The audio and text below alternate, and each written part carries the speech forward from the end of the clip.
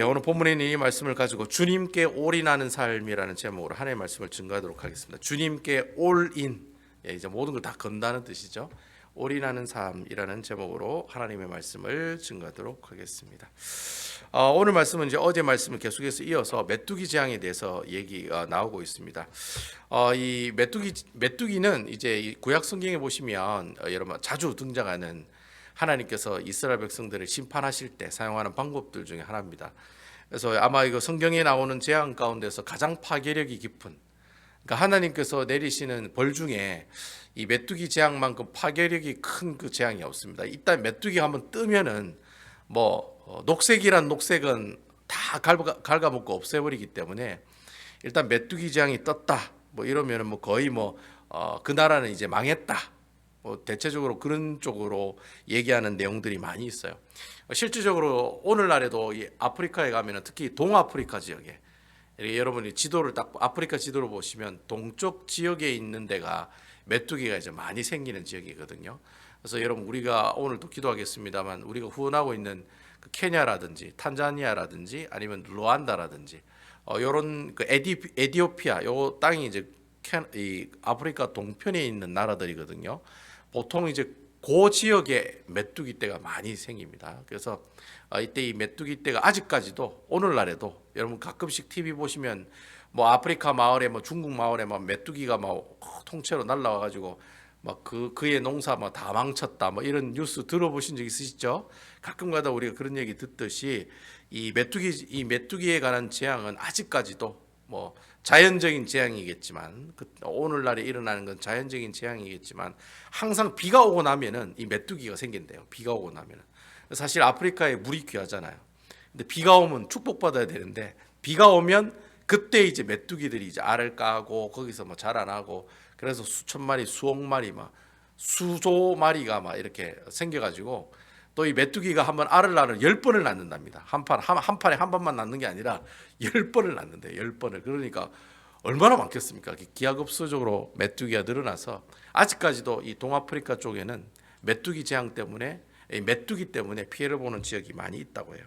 그래서 오늘 여러분은 그 어제 큐티 말씀에 보시면 어제 그 10장 5절과 6절에 보면은 그런 말씀이 있습니다. 10장 5절과 6절의 말씀을 보면은 메뚜기 재앙을 그렇게 표현하고 있어요. 뭐라고 표현하느냐면 메뚜기가 지면을 덮어 사람이 땅에 볼 수 없을 것이라.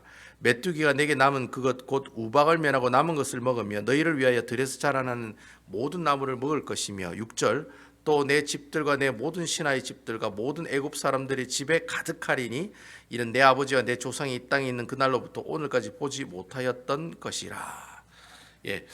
어제 말씀에 보면은 메뚜기 떼가 한번 떴는데 하늘이 어떻게 됐다고 그래요? 온 지면을 덮어가지고 땅이 볼 수 없었다라고 되어 있어요. 또 나중에 보면은 온 지면에 메뚜기가 이렇게 하늘을 날아다니니까 하늘이 어떻게 해요? 까맣게 보이는 거예요.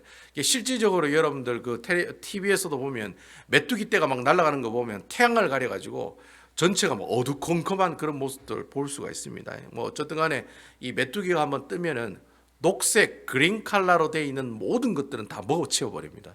그러니까 싹 메뚜기 떼가 한번 지나가면 그 자리가 어떻게 됩니까? 완전 초토화되는 거죠. 그리고 난 다음에 먹을 것이 떨어지면 또 우익 날아가지고 또 이제 녹색이 있는 지역으로 날아가게 된다라고 하는 것이죠. 일단 메뚜기 재앙이 떴다, 메뚜기가 떴다 이러면 그 나라는 어떻게 됩니까? 그 시대 때는 메뚜기가 한번 뜨면 그 나라는 이미 망했다. 그해 농사는 이미 어떻게 했다? 실패로 끝났다. 망했다는 그런 의미를 가지고 있어요. 그래서 구약 성경에 메뚜기라는 재앙이 뜨면은 대부분이 다 어떻게 해요? 망하고 그다음 또 파괴하고 초토화된다. 별로 그래 좋지 않은 내용이 나오는 내용이 바로 메뚜기에 관련된 내용이 바로 그런 내용들로 주로 이루고 있다라고 하는 겁니다. 그래서 이 메뚜기 재앙이 너무 무서운 거예요. 사실 여러분 무거운 우박이 하늘에서 떨어졌다고 그러잖아요. 그리고 또 불도 같이 떨어졌다고 그러잖아요. 그래서 이미 다 탔어요. 애굽이란 나라는 이미 풀이 다 탔어요. 근데 속 안에 있는 씨들은 아직 살아있잖아요. 씨들은 아직까지 올라올 수가 있거든요. 그래서 조금씩 새싹이 올라와가지고 그나마 그래도 다른 농사는 괜찮겠지라고 생각하는 그 순간에 어떤 재앙이 옵니까? 메뚜기가 윙 하고 다 날라왔다는 거죠. 결국에는 애굽에 있는 그의 한 해의 농사들을 다 어떻게 해요? 하나님께서 다 없애버리셨다라고 하는 거죠. 그래서 이 메뚜기 재앙이 이게 심각하다는 것을 어떻게 알 수 있냐면은 여러분 어제 성경의 어제 성경 말씀이죠. 어제 성경 말씀에 7절에 보시면 바로의 신하들이 바로 왕에게 그런 얘기를 합니다. 뭐라고 얘기하냐면 7절에 보면 왕은 아직도 애굽이 망하는 줄을 알지 못하시나이까 그렇게 얘기를 해요. 그러니까 여러분 애굽이라고 하는 나라에 우박이 떨어져 가지고 인에 있는 농작물이 다 없어졌어요. 근데 그나마 그래도 살아있는 농작물이 있을 거 아니에요, 그죠? 근데 그 살아있는 농작물도 어떻게 해요? 이제는 메뚜기가 날라와 가지고 그 살아있는 농작물도 완전히 어떻게 해요? 초토화시켜 버렸다는 거죠. 그러니까 이제 이 바로의 신하들이 왕에게 뭐라고 얘기하냐면 왕이시여, 우리는 이제 쫄딱 망했습니다. 우리는 완전히 망해서 죽었습니다. 라고 얘기할 정도로 이 메뚜기 재앙을 무서워하는 사람들이 바로 그 시대 사람들이었다는 거예요. 여러분 애굽 왕이 바로가 신이라고 그랬죠, 그죠? 제가 그래 말씀드렸죠. 애굽의 왕이 바로 왕이 자기 스스로를 신이라고 얘기하잖아요. 근데 그 신에게 지금 이 신하들이 뭐라고 얘기하고 있습니까? 왕이시여, 당신 도대체 제정신이 있는 겁니까? 일단 메뚜기 오면 우리는 다 멸망하는 거고 죽는 겁니다. 라고 따질 정도로 신에게 따질 정도로 그만큼 심각한 상황이었다는 거예요. 그러니까 이 애굽이라고 하는 나라가 이미 우박으로 말미암아서 완전히 초토화가 됐는데 이제는 메뚜기가 와가지고 온 세상을 지면을 덮으니까 결국에는 우리 애굽이라는 나라는 어떻게 된다는 거예요? 망한다는 거예요. 그 얘기를 신하가 할 정도로 어떻게 해요? 심각한 상황이었다는 거예요. 그래서 여러분 이 오늘날로 표현하면 뭐 핵폭탄, 뭐 핵폭탄이라 생각하시면 돼요. 핵폭탄을 하나 똥 떨어뜨리면은 그게 뭐 그 지역이 다 쑥대밭이 되는 것처럼 그만큼 이 핵폭탄의 위력을 가지고 있는 재앙이 어떤 재앙이에요? 메뚜기가 날라와서 이 모든 농작물을 다 먹어치워 버리는 거예요. 그만큼 심각하고 그리고 굉장히 두려워했던 재앙 중에 하나가 바로 메뚜기 재앙이었다라고 얘기하는 겁니다. 근데 참 재밌는 것은요, 신학자들이 그 당시 이 메뚜기 재앙이 왔을 때 아마 3월달이나 4월달이다 그렇게 얘기하는 신학자들이 많이 있어요. 그러니까 이스라엘 백성들이 출애굽할 때 그 시기가 보통 3월달이나 4월달이다 그렇게 얘기를 하거든요. 그래서 보통 6월절이 이제 3월달에서 4월달 사이에 있어요. 어쨌든 그 사이에 메뚜기 재앙이 있었을 거다 그렇게 얘기를 하는데, 근데 사실 이 애굽이라고 하는 나라에 메뚜기 재앙이 있긴 있었어요, 옛날부터. 근데 보통 이 메뚜기가 어디로부터 날라오냐면은 오늘 성경에 보면은 동풍이 불어서 날라왔다고 그랬잖아요. 동풍이 불러가지고 날라왔다고 그러잖아요. 동쪽에서부터 날라왔다는 거거든요. 근데 실질적으로 애굽이라는 나라에 메뚜기가 날라오면 동쪽에서 날라오는 게 아니라 어디서 날라와야 됩니까? 남쪽에서 날라오는 게 맞아요. 아까 제가 말씀드렸던 케냐라든지 에티오피아라든지 아니면 뭐 탄자니아라든지 아니면 르완다라든지 케냐라든지 이런 남쪽에 있는 아프리카에서 메뚜기가 올라오는 게 정상이에요. 항상 그렇게 올라왔으니까. 근데 오늘 성경에 보면은 뭐라고 되어 있습니까? 동쪽에서 날라왔다고 되어 있어요. 오늘 그 13절에 보면 그런 말씀이 있습니다. 오늘 본문의 13절에 보시면 모세가 애굽 땅에 그 지팡이를 들매 여호와께서 동풍을 일으켜 온 낮과 온 밤에 불게 하시니 아침이 되매 동풍이 메뚜기를 불러 들린지라. 애굽 땅에 동풍을 타고 메뚜기가 왔다. 이 말은 그 애굽의 동쪽이 어떤 땅이냐면 이 애굽이 이리 있으면 여러분들 보시기에 여기가 동쪽이잖아요. 원래는 이 밑에서 이렇게 메뚜기가 와야 되는데 여기서부터 이렇게 메뚜기가 왔다는 거예요. 여기는 어떤 지역이냐면 시나이 반도나 아니면 홍해 바다 건너가지고 사우디아라비아가 있는 땅이에요. 그러니까 그 땅에서 바다를 건너가지고 메뚜기가 날라왔다는 거예요. 그러니까 뭐 이것은 뭐 어떻게 보면은 어떻습니까? 이거는 도저히 자연적인 재해 현상이 아니라는 거예요. 만약에 남쪽에서 날라왔다면 어떤 신학자는 그랬을 거예요. 봐라, 이거 그냥 이거 가짜라니까. 이거 하나님께서 메뚜기 부른 게 아니라 어떻게 해요? 자연스럽게 남부에서 항상 메뚜기가 올라오기 때문에 그거 표현하고 있는 내용이야 라고 얘기할 건데 그 얘기 딱 못하도록 어떻게 해요? 남쪽에서 메뚜기가 올라온 것이 아니라 하나님께서 동풍을 불어서 이쪽에서부터 이쪽으로 하나님께서 메뚜기를 보내셨다라고 그렇게 얘기하고 있다는 겁니다. 근데 여러분 이 동풍 얘기하니까 나중에 이 동풍에 관한 얘기가 나오는 데가 또 한 군데 더 있는데 여러분 어떤 사건인가 기억하세요? 동풍이 불매.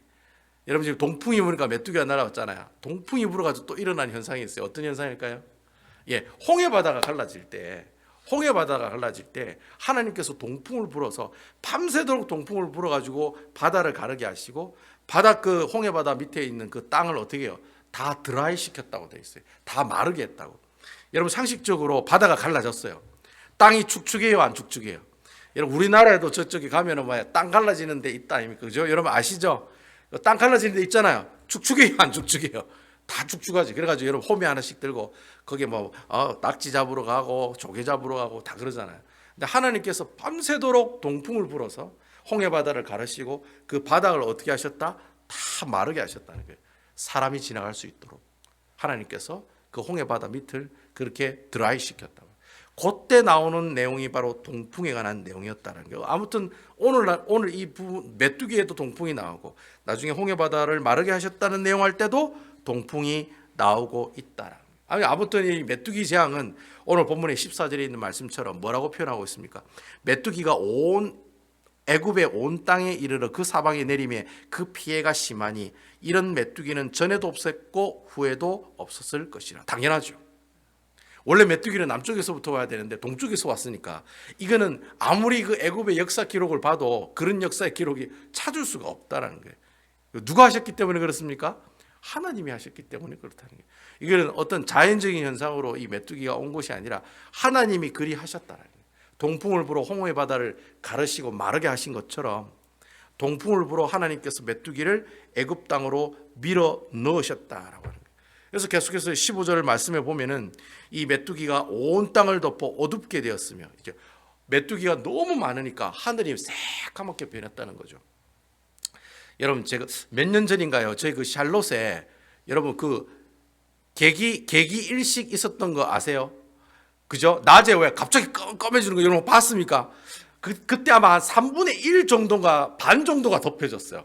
저도 살아가면서 그걸 처음 봤어요. 낮인데 분명히 갑자기 밤으로 싹 변했잖아요. 그죠? 그때 사람들 다 무서워했습니다.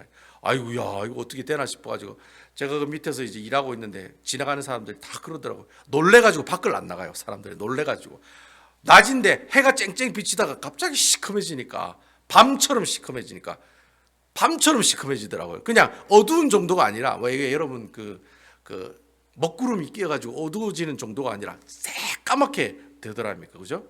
그것처럼 하늘이 지금 새까맣게 되었다는 거예요. 뭐 때문에요? 메뚜기 때문에. 그래서 메뚜기가 온 땅을 덮어 어둡게 되었으며 메뚜기가 우박에 상하지 아니한 밭의 채소와 나무 열매를 다 먹었으므로 애굽은 온 땅에서 나무와 밭의 채소나 푸른 것을 남지 아니하였더라. 그러니까 하나님께서 이 애굽이라는 나라의 그린 칼라를 다 없애셨다는 거예요. 싹 다 없애셨다. 일단 그린 칼라다라고 하는 것은 다 없애셨다는 거예요. 뭘로 없앴습니까?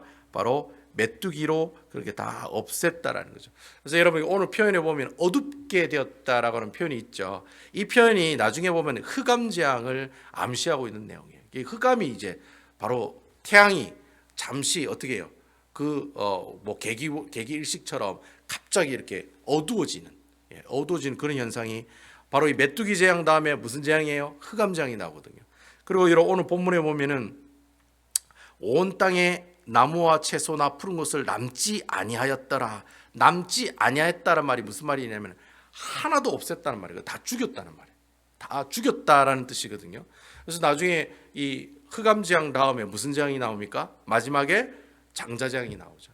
그래서 어떤 신학자들은 이 그 10가지의 재앙들 가운데서 하나님께서 주신 이 10가지의 재앙들 가운데서 가장 클라이막스 재앙이 어떤 재앙이냐? 우리는 보통 클라이막스 재앙하면 장자재앙 그렇게 얘기하죠, 그죠? 왜냐하면 그것 때문에 이제 이스라엘 백성을 돌려줬으니까 바로가. 근데 실질적으로 이 파괴력이라든지 어떤 그 큰 파급력이라든지 이런 것들을 봤을 때 가장 큰 재앙은 바로 메뚜기 재앙이다라고 얘기하는 사람들이 많아요. 그러니까 메뚜기 재앙 안에 흑암 재앙도 있고 무슨 재앙도 있어요? 장자 재앙도 다 포함하고 있다는 거예요. 그래서 어떤 목사님은 그런 얘기를 하시더라고요. 메뚜기 재앙이 최고의 클라이막스 재앙이다. 이게 최고로 강도가 높은 재앙이라는 거예요. 그래서 그 재앙 안에는 앞으로 일어날 흑암 재앙과 앞으로 일어날 장자 재앙까지 다 어떻게 하고 있다? 포함하고 있다는 거예요. 그래서 이 메뚜기 재앙이 우리가 보기에는 뭐 그냥 메뚜기가 와서 먹었겠지라고 생각하지만 실질적으로 그 사람들 입장에 봤을 때는 그리고 또 하나님 입장에 봤을 때는 오히려 흑암재앙이라든 장자재앙보다도 더 큰 손해를 끼치게 하는 그런 의미를 가지고 있는 재앙이 바로 이게 메뚜기 재앙이다. 그렇게 얘기를 하시는 분들이 하여튼 많이 있어요. 뭐 아무튼 여러분 이 큰 재앙이 이래 오니까 모세와 아론에게 이 바로 왕이 어떻게 합니까? 황급히 찾아가죠. 찾아가지고 이제 16절과 17절에 그렇게 얘기하는 거예요. 바로가 모세와 아론을 급히 불러 이르되 내가 너희 하나님 여호와의 너희에게 죄를 지었으니 17절 바라건대 이번만 나의 죄를 용서하고 너희 하나님 여호와께 구하여 이 죽음 많은 내게서 떠나게 하라. 자, 이 말씀을 보면은 바로가 어떻게 좀 이렇게 회개하는 듯한 느낌을 받게 되죠. 뭐 뉘앙스가 좀 이렇게 내가 잘못했다. 그냥 돌려줄게. 그냥 이거 빨리 메뚜기 재앙을 좀 없애달라. 뭐 이렇게 얘기하는 것 같지만 실질적으로 20절에 보면은 뭐라고 되어 있습니까? 그러나 이렇게 되어 있다. 그러나 여호와께서 바로의 마음을 완악하게 하셨으므로 이스라엘 자손을 보내지 아니하였더라. 여러분 그 10가지 재앙이 내린다고 해서 바로가 그 마음이 변했을까요? 안 변했을까요? 안 변했습니다. 마지막 장자 재앙 때도 변하지 않았습니다. 처음에는 보내줬어요. 근데 나중에 군사를 이끌고 이스라엘 백성들을 어떻게 합니까? 쫓아갑니다. 결국에는 첫 번째 재앙부터 10번째 재앙까지 바로는 한 번도 어떻게 해요? 자신의 마음을 굽히지 않았다는 거예요. 겉으로는 보내주는 척 했으나 실질적으로 자기의 마음은 하나도 변하지 않았다라고 하는 거예요. 그래서 참 우리가 이 10가지 재앙의 모습들을 보면서 과연 하나님께서 우리에게 요구하시는 게 뭘까? 제가 금방 말씀드렸습니다만 메뚜기 재앙이 이 재앙 중에 최고의 하이 퀄리티 아주 손해를 막심하게 해주는 그런 재앙이라면 재앙의 클라이막스가 메뚜기 재앙이라면 하나님께서 왜 이 메뚜기 재앙을 보내시면서까지도 하나님께서 이 이스라엘 백성들과 바로 왕에게 하려고 했던 그 어떤 교훈이 뭘까? 영적인 교훈이 뭘까? 그걸 한번 생각해 볼 필요가 있을 것 같아요. 과연 하나님께서 이 메뚜기 재앙을 통해서 무엇을 얘기하고 싶었을까? 자, 여러분 이러한 얘기가 우리가 어디서 알 수 있냐면은 어제 큐티 본문 내용에 보면 알 수가 있어요. 여러분 출애굽기 10장 2절에 보면은 메뚜기 재앙 내리기 전에 하나님께서 모세와 아론에게 하시는 말씀이 있어요. 우리 10장 2절에 있는 말씀입니다. 제가 한번 읽어보겠습니다. 내가 애굽에서 행한 일들을 곧 내가 그들 가운데 행한 표징을 내 아들과 내 자손의 귀에 전하게 하기 위함이라. 너희는 내가 여호와인 줄 알리라. 하나님께서 메뚜기 재앙을 내리시는 이유가 여기 나와 있어요. 그들에게 이 표징을 주는 것은 내 아들과 내 자손의 귀에 전하기 위함이다. 그렇게 얘기하고 있거든요. 결국에는 하나님께서 이 10가지 재앙의 클라이막스인 메뚜기 재앙을 통해서 보여주고자 하는 그 내용이 뭐냐면은 하나님께서 이 사건들을 통해서 이스라엘 백성들에게 에듀케이션 하기를 원하시는 거예요. 교육하기를 원하는 거예요. 그러니까 사랑하는 우리 자녀들에게 하나님은 이런 분이시다라는 것을 자녀들에게 가르쳐주고 얘기해주고 전달해주기를 원하신다는 거예요. 그런 또 교육적인 차원을 가지고 하나님께서 피재앙부터 시작해가지고 장자재앙이 있는 이 10가지 재앙을 우리에게 보여주고 계신다라고 하는 것입니다. 여러분 실질적으로 이 이스라엘 백성들이 출애굽을 해서 가나안 땅에 들어가잖아요. 출애굽한 정규 멤버 중에 가나안 땅에 들어가는 사람 몇 사람이 들어갑니까?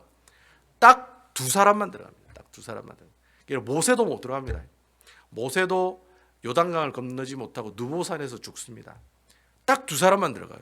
출애굽했을 때 멤버 중에 딱 두 사람만 가나안 땅에 들어갑니다. 누굽니까 여러분?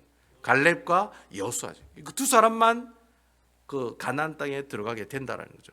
결국에는 갈렙과 여호수아 빼고 나머지는 홍해 바다가 갈라지는 것도 모르고 만나가 뭔지도 잘 모르고 그다음 반석에서 물이 터진 것도 모르고 40년 동안 하나님께서 우리 옷과 신발과 모든 물품을 닳지 않도록 해주셨다는 사실을 모르고 자란 사람들이 바로 누구예요?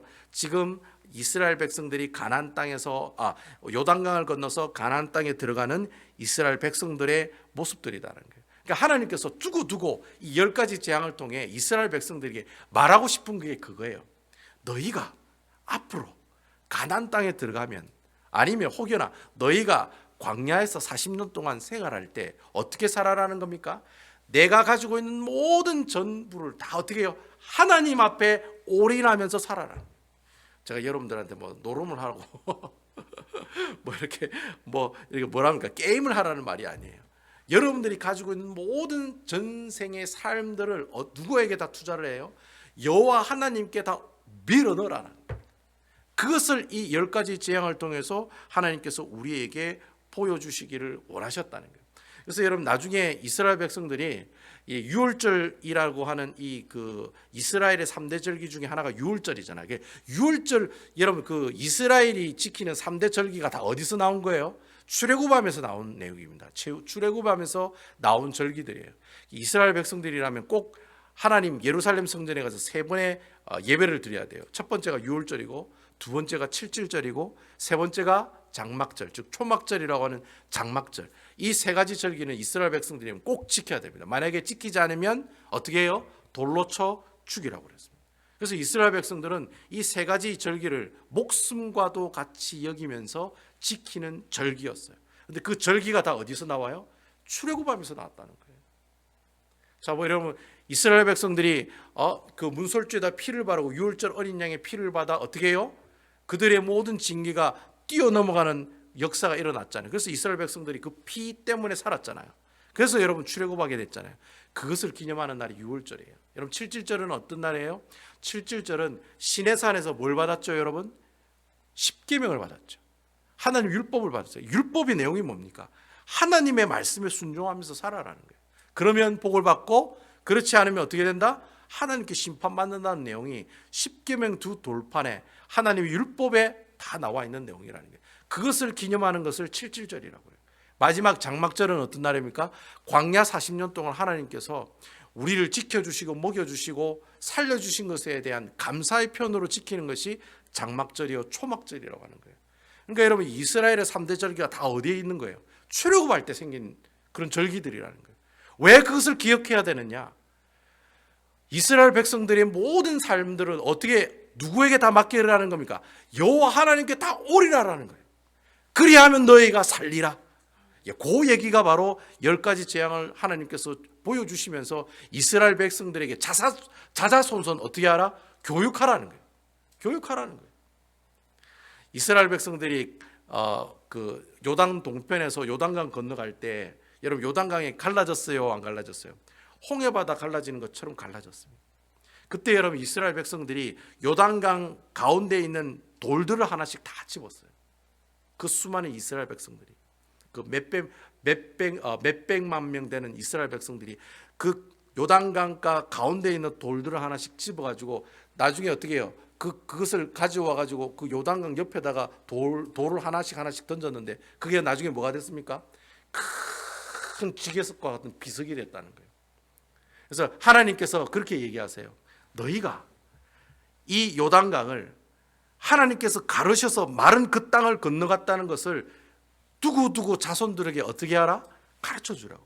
이 돌은 요단강 가에 있는 돌이 아니라 요단강 한가운데 물 밑에 있는 돌이었다는 거예요. 그 돌을 자기들이 집어서 어떻게 해요?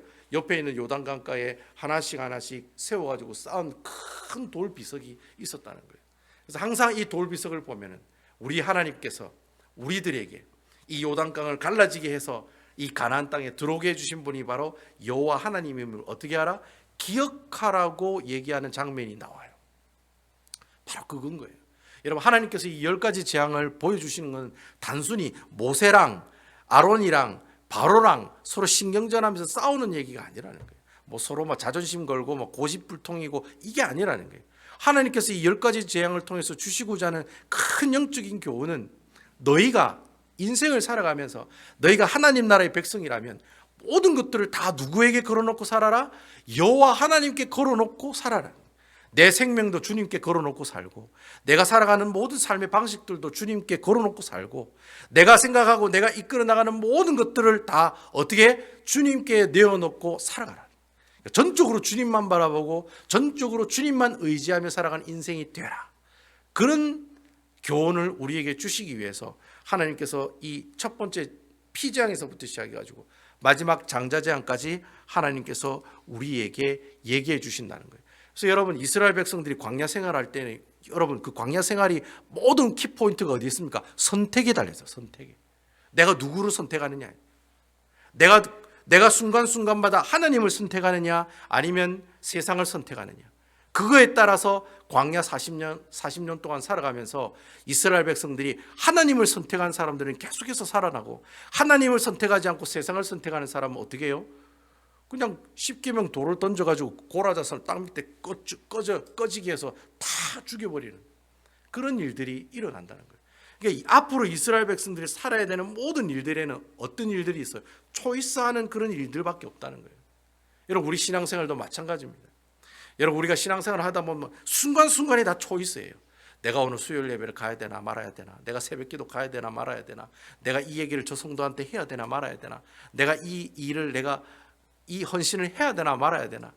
여러분 살아가는 모든 일 자체가 다 선택의 순간에 달려있잖아요. 내가 직장생활을 하면 내가 이 일을 하는 것이 맞나 안 맞나, 다 선택의 순간에 달려있잖아요. 그 선택의 순간에 여러분들은 누구를 선택해야 됩니까?